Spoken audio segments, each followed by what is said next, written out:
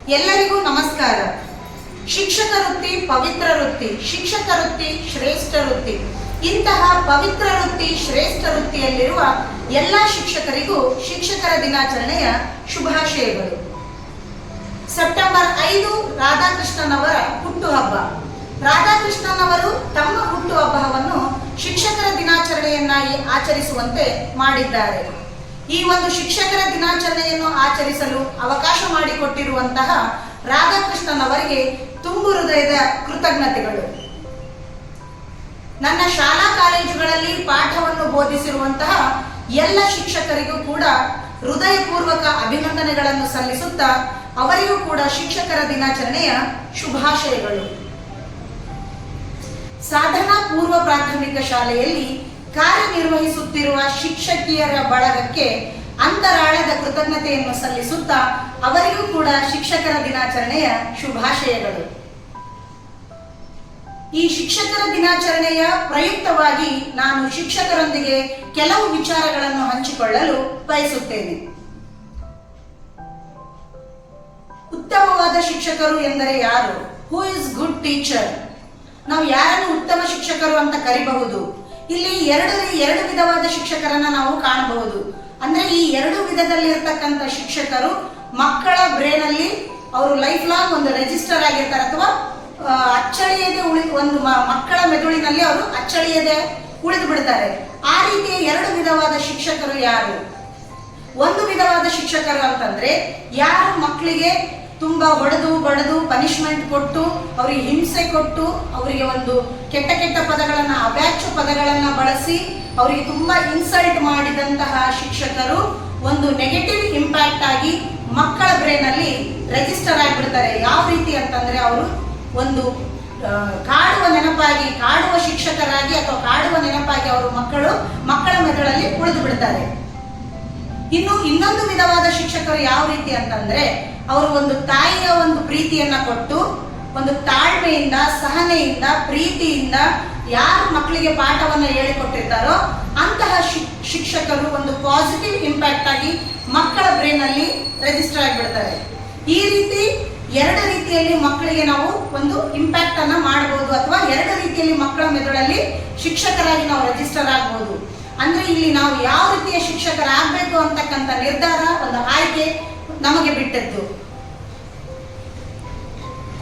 ಒಂದೊಂದು ಮಗುವಿಗೆ ಒಂದೊಂದು ಸಬ್ಜೆಕ್ಟ್ ಅಲ್ಲಿ ಹಿಂದುಳಿದ ಅಥವಾ ಡಲ್ ಇರುತ್ತೆ ಅಥವಾ ಡಿಫಿಕಲ್ಟ್ ಆಗಿರುತ್ತೆ. ಕೆಲವು ಮಕ್ಕಳಿಗೆ ಲ್ಯಾಂಗ್ವೇಜಸ್ ಅಂದ್ರೆ ಕನ್ನಡ, ಇಂಗ್ಲಿಷ್, ಹಿಂದಿ ಡಿಫಿಕಲ್ಟ್ ಆದ್ರೆ ಕೆಲವೊಂದು ಮಕ್ಕಳಿಗೆ ಮ್ಯಾಥ್ಸ್ ಡಿಫಿಕಲ್ಟ್ ಆಗುತ್ತೆ, ಇನ್ನೊಂದು ಮಕ್ಕಳಿಗೆ ಒಂದು ಸೋಷಿಯಲ್ ಡಿಫಿಕಲ್ಟ್ ಆಗುತ್ತೆ. ಅಂದ್ರೆ ಇಲ್ಲಿ ಕೆಲವೊಂದು ಮಕ್ಕಳಿಗೆ ಒಂದು ಅವರವರ ಬುದ್ಧಿಮಟ್ಟಕ್ಕೆ ಅನುಗುಣವಾಗಿ ಕೆಲವೊಂದು ಸಬ್ಜೆಕ್ಟ್ ಡಿಫಿಕಲ್ಟ್ ಆಗುತ್ತೆ.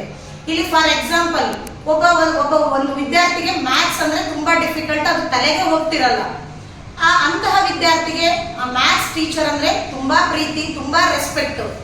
ಆ ಒಂದು ಮ್ಯಾಥ್ಸ್ ಟೀಚರ್ ಜೊತೆ ಇರತಕ್ಕಂತ ಒಂದು ಅಟ್ಯಾಚ್ಮೆಂಟ್ ನಿಂದಾಗಿ ಆ ಒಂದು ಮಗು ಆ ಮ್ಯಾಥ್ಸ್ ಸಬ್ಜೆಕ್ಟ್ ಜೊತೆಗೆ ಒಂದು ಮಿರಾಕಲ್ ಅನ್ನೋ ರೀತಿಯಲ್ಲಿ ಅಟ್ಯಾಚ್ಡ್ ಆಗಿರುತ್ತೆ. ಅದೇ ರೀತಿ ಯಾವಾಗ ಮ್ಯಾಥ್ಸ್ ಟೀಚರ್ ಜೊತೆ ಆ ಮಗು ಅಟ್ಯಾಚ್ ಆಗುತ್ತೋ ಆಟೋಮೆಟಿಕ್ ಆಗಿ ಒಂದು ಮ್ಯಾಜಿಕ್ ಅನ್ನೋ ರೀತಿಯಲ್ಲಿ ಆ ಮ್ಯಾಥ್ಸ್ ಸಬ್ಜೆಕ್ಟ್ ಅಲ್ಲಿ ಒಂದು ಪಾಸಿಂಗ್ ಮಾರ್ಕ್ಸ್ ಅನ್ನ ಆ ಮಗು ಸ್ಕೋರ್ ಮಾಡಬಹುದು, ಅಥವಾ ಇನ್ನೂ ಒಂದು ಒಳ್ಳೆ ಗುಡ್ ಸ್ಕೋರ್ ಅನ್ನು ಕೂಡ ಮಾಡಬಹುದು. ಇದು ಈ ರೀತಿ ಒಂದು ಅನುಭವ ಬಹಳಷ್ಟು ಜನಕ್ಕಾಗಿರುತ್ತೆ. ಇದು ನನ್ನ ಓನ್ ಎಕ್ಸ್ಪೀರಿಯನ್ಸ್ ಕೂಡ ಆಗಿದೆ, ಮತ್ತು ಇದೇ ರೀತಿಯ ಅನುಭವ ತುಂಬಾ ಮಕ್ಕಳಿಗೂ ಈಗಾಗಲೇ ನೀವು ಎಜುಕೇಶನ್ ಮುಗಿಸಿರ್ತಕ್ಕಂಥ ಪಾಲಕರಿಗೂ ಕೂಡ ಈ ರೀತಿಯ ಒಂದು ಅನುಭವ ಆಗಿರುತ್ತೆ ಅಂತ ನಾನು ಭಾವಿಸ್ತೀನಿ. ಕಲಿಕೆಯಲ್ಲಿ ಹಿಂದುಳಿದ ಮಗುವಿನೊಂದಿಗೆ ಶಿಕ್ಷಕರ ವರ್ತನೆ ಹೇಗಿರಬೇಕು ಅಂತಕ್ಕಂಥದ್ದನ್ನ ಆಲೋಚನೆ ಮಾಡಲೇಬೇಕಾಗಿದೆ. Again, who is good teacher? ಯಾವ ಟೀಚರ್ ತುಂಬಾ ಸ್ಟ್ರಿಕ್ಟ್?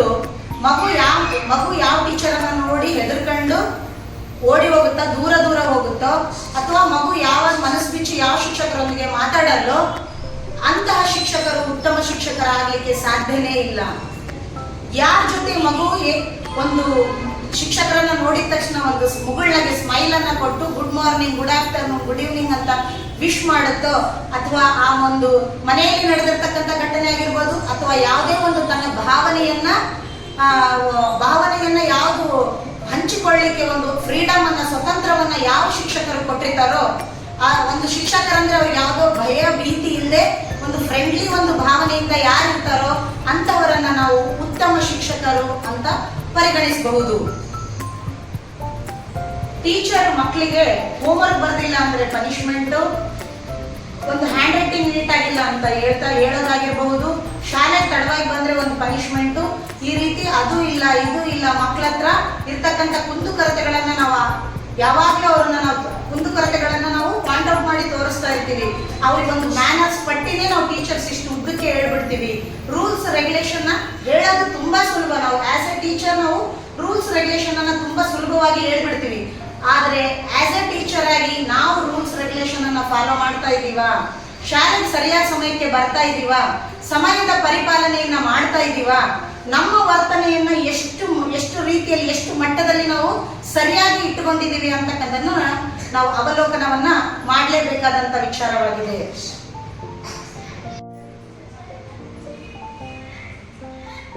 ಪಾಲಕರು ಹೋಮ್ವರ್ಕ್ ಮಾಡಿಸ್ತಿರ್ಬೇಕಾದ್ರೆ ಒಂದು ಶಿಕ್ಷಕರು ಹಾಕಿರುವಂತ ಹೋಮ್ವರ್ಕ್ ಅಲ್ಲಿ ಕೆಲವೊಂದ್ಸರಿ ಮಿಸ್ಟೇಕ್ಸ್ ಇರುತ್ತೆ. ಮಿಸ್ಟೇಕ್ ಇದ್ದಾಗ ಕೆಲವೊಮ್ಮೆ ನಾವು ಏನ್ ಹೇಳ್ಬಿಡ್ತೀವಿ, ಅಯ್ಯೋ ನಿಮ್ ಮೇಡಮ್ ನೋಡಿ ಬುದ್ಧಿನೇ ಇಲ್ಲ, ರಾಂಗ್ ಆಗಿಬಿಟ್ಟಿದ್ದಾರೆ ಅಂತ ನಾವು ಸಹಜವಾಗಿ ಹೇಳ್ಬಿಡ್ತೀವಿ. ಆದ್ರೆ ಇದು ಮಕ್ಕಳ ಮೇಲೆ ಏನಾಗ್ಬಿಡ್ತದೆ, ನಮ್ಮ ಶಿಕ್ಷಕರ ಬಗ್ಗೆ ಒಂದು ನೆಗೆಟಿವ್ ಆದಂತಹ ಒಂದು ಒಪಿನಿಯನ್ ಮಕ್ಕಳ ಮೆದುಳಲ್ಲಿ ಉಳಿದ್ಬಿಡುತ್ತೆ.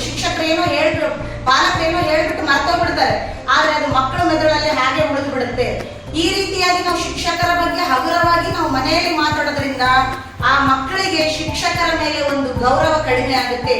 ಯಾವಾಗ ಶಿಕ್ಷಕರ ಮೇಲೆ ರೆಸ್ಪೆಕ್ಟ್ ಇಲ್ಲ ಅಂದ್ರೆ ಆ ಶಿಕ್ಷಕರು ಕಲಿಸುವಂತಹ ವಿಷಯದ ಮೇಲೂ ಕೂಡ ಅವರಿಗೆ ಯಾವುದೇ ರೀತಿಯ ಆಸಕ್ತಿಯನ್ನ ತೋರಿಸ್ಲಿಕ್ಕೆ ಸಾಧ್ಯವಿಲ್ಲ. ಎಷ್ಟು ಶಿಕ್ಷಕರನ್ನ ಅವರು ಗೌರವಿಸ್ತಾರೋ, ಶಿಕ್ಷಕರಿಗೆ ಎಷ್ಟು ರೆಸ್ಪೆಕ್ಟ್ ಮಾಡ್ತಾರೋ ಅಷ್ಟು ಆ ಮಕ್ಕಳು ಆ ಕಲಿಕೆಯಲ್ಲಿ ಒಂದು ಉತ್ತಮ ರೀತಿಯ ಕಲಿಕೆಯಲ್ಲಿ ಅವರು ಸಾಗಬಹುದು ಅಂತ ಹೇಳ್ತೀನಿ ನಾನು.